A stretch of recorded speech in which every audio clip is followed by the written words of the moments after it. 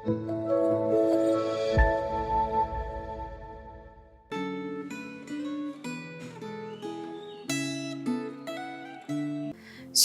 jemaat yang terkasih dalam Tuhan, kita bertemu kembali di dalam refleksi Gema pada hari ini. Sebelum kita membaca dan merenungkan firman Tuhan, mari kita masuk di dalam doa. Ya Tuhan, kami bersyukur dan berterima kasih, kami merasakan pemeliharaanmu begitu sempurna dalam hidup kami, penyertaanmu juga yang tidak pernah berkesudahan, di mana Engkau selalu hadir, memimpin dan menyertai kami.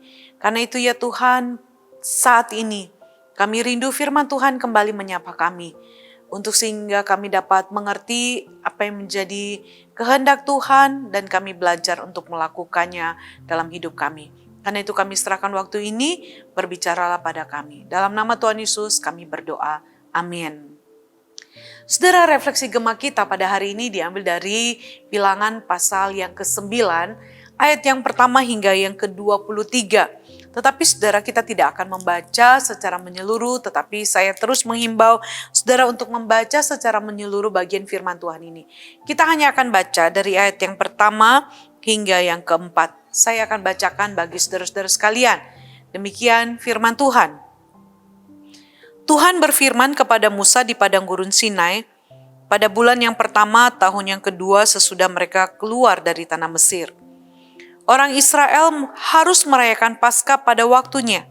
Pada hari yang ke-14 bulan ini, pada waktu senja, haruslah kamu merayakannya pada waktu yang ditetapkan. Menurut segala ketetapan dan peraturannya, haruslah kamu merayakannya. Lalu Musa menyuruh orang Israel merayakan Paskah. Saudara-saudara, kita tahu bersama bahwa Paskah adalah peristiwa yang sangat penting bagi bangsa Israel, saudara. Sehingga saudara, dari bagian firman Tuhan ini kita melihat bagaimana di pertama kali hari Paskah ada, Tuhan sudah memerintahkan kepada mereka agar mereka merayakan Paskah setiap tahunnya. Hal ini saudara bisa lihat di dalam Keluaran 12 ayat 14 dan juga ayat 47. Nah, di hari Paskah itu saudara, Tuhan membawa bangsa Israel untuk keluar dari tanah perbudakan di Mesir. Kita semua tahu saudara bahwa mereka diperbudak di sana 430 tahun lamanya. Setelah 430 tahun itulah Tuhan kemudian membawa bangsa Israel untuk keluar dari Mesir. Di mana kita tahu saudara, selama mereka berada di sana, Mesir menjadi negara yang begitu makmur. Sehingga saudara, wajar sekali jika ketika Tuhan mau membawa mereka, membebaskan mereka melalui Musa, Firaun bersikeras untuk apa? Menghalang-halangi mereka untuk keluar dari tanah Mesir pada waktu itu. Namun kita menyaksikan bagaimana tangan Tuhan yang begitu kuat.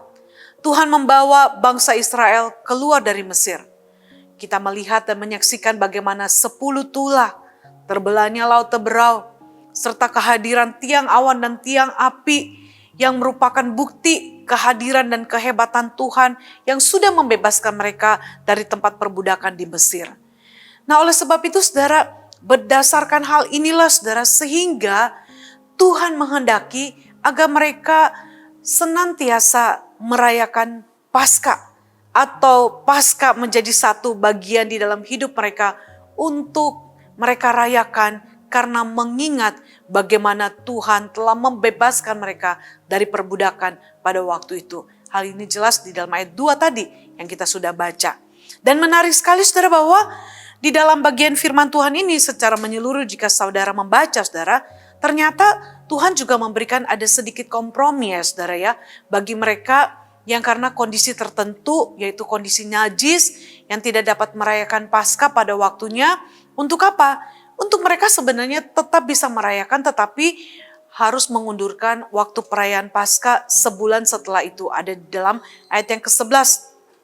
Namun saudara, kita melihat bahwa meskipun Tuhan memberikan kompromi pada waktu pada saat itu, tetapi detil dari pelaksanaan ketetapan perayaan Paskah itu harus tetap mereka lakukan sesuai dengan apa yang menjadi kehendak Tuhan. Dan yang menarik sekali bahwa kita melihat saudara di dalam ayat 13 ternyata Tuhan itu menginstruksikan atau memberikan sebuah perintah untuk apa? Untuk menyelenyapkan orang-orang yang seharusnya dapat merayakan Paskah, tetapi orang-orang ini menolak untuk merayakan Paskah. Karena Tuhan menganggap bahwa orang-orang yang menolak untuk merayakan Paskah pada saat itu adalah orang-orang yang berdosa. Orang-orang yang tidak mau mengingat perbuatan Tuhan yang sudah mereka alami dan mereka terima pada waktu mereka dibebaskan dari perbudakan di Mesir. Oleh sebab itu saudara, perayaan Paskah menjadi satu perayaan yang wajib untuk dilakukan oleh orang-orang Israel pada waktu itu. Saudara-saudara, di dalam kalender gerejawi kita pada saat ini, kita pun ada merayakan beberapa perayaan penting seperti Natal, Jumat Agung, Paskah, kenaikan Tuhan Yesus, dan juga hari Pentakosta bahkan dan mungkin ada hal yang lain di mana menjadi satu hari-hari raya yang wajib untuk kita rayakan setiap tahunnya. Namun saudara, merayakan hari-hari raya itu akan menjadi sesuatu hal yang tidak berarti saudara, jika kita merayakannya hanya untuk mengikuti penanggalan gereja atau karena gereja mengadakan acara-acara yang besar di dalam tanggal-tanggal perayaan tersebut saudara.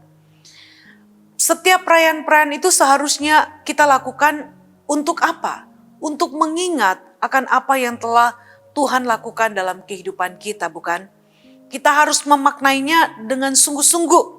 Karena setiap perayaan-perayaan, acara-acara wajib di dalam kalender gereja itu pasti punya kaitan yang erat dengan kehidupan kita secara pribadi sebagai pribadi yang dikasihi Tuhan.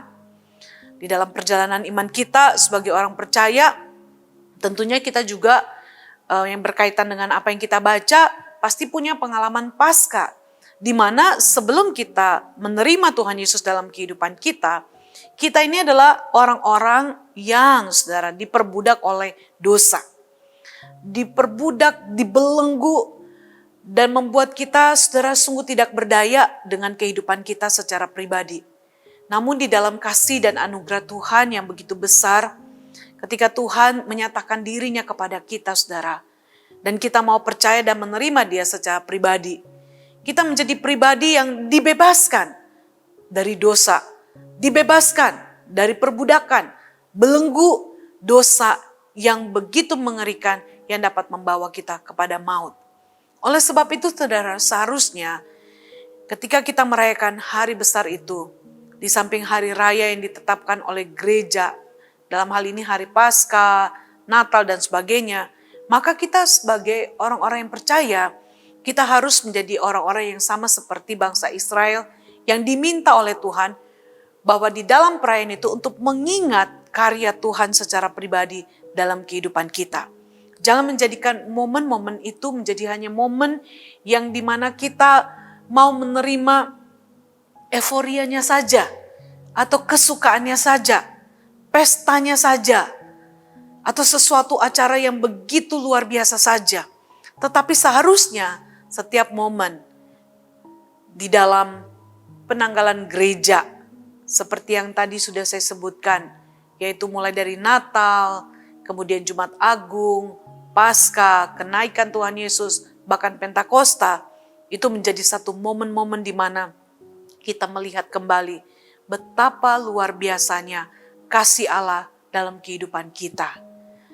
Dan karena kasih-Nya yang begitu besar itulah sehingga Ia mau mengaruniakan anaknya yang tunggal Tuhan Yesus Kristus, supaya setiap kita ini orang-orang yang berdosa, yang mau percaya kepadanya, kita tidak binasa, tetapi kita bisa memperoleh hidup yang kekal.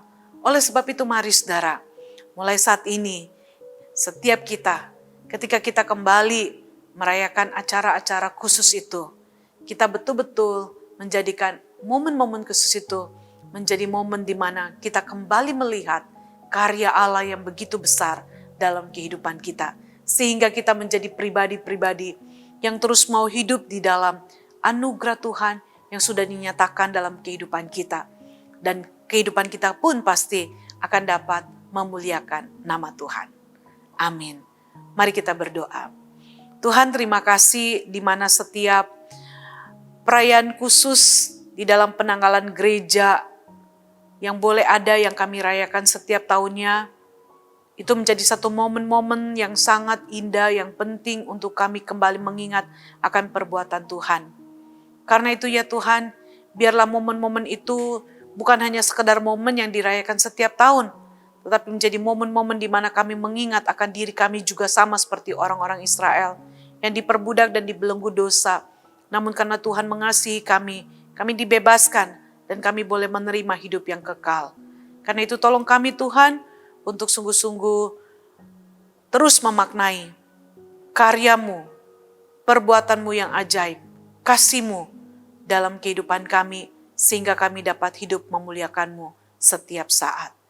Terima kasih Tuhan, di dalam nama Tuhan Yesus kami berdoa. Amin. Demikian refleksi Gema kita pada hari ini. Tuhan Yesus memberkati saudara sekalian.